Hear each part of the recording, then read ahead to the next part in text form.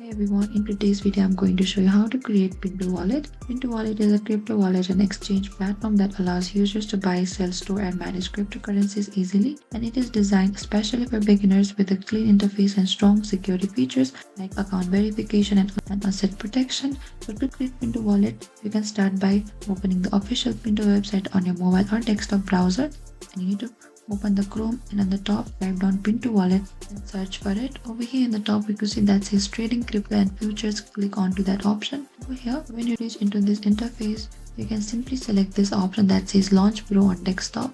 Over here when you reach into this interface, in the top right corner we can see an option for either sign up or login. Click into the sign up in order to create an account. So over here you can create an account by type downing your email ID, or if you want to sign up with Google or Apple ID, you have the choices as well. And I'm going to type down my email and select create a Pintu account, and you are also required to type down a password which must contains at least 8 characters with capital letters, small letters and number in it. After you're done, select create account, and you need to select this option that says I'm not a robot over here. So you are also required to verify the link in the email. Simply go to the Gmail account, and over here on the mail you can see there's an option for the Pintu email verification.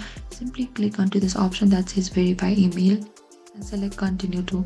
And that is it, we just verified to the Pintu account. After completing these steps, your Pintu wallet is ready to use. Now you can add your funds, store crypto and start managing your digital assets securely. And that is it. Thank you for watching this video. I hope I could help you on how to create Pintu wallet. Don't forget to like, subscribe, and if you have any trouble or confusion, please comment down below and we will reach out to you very soon.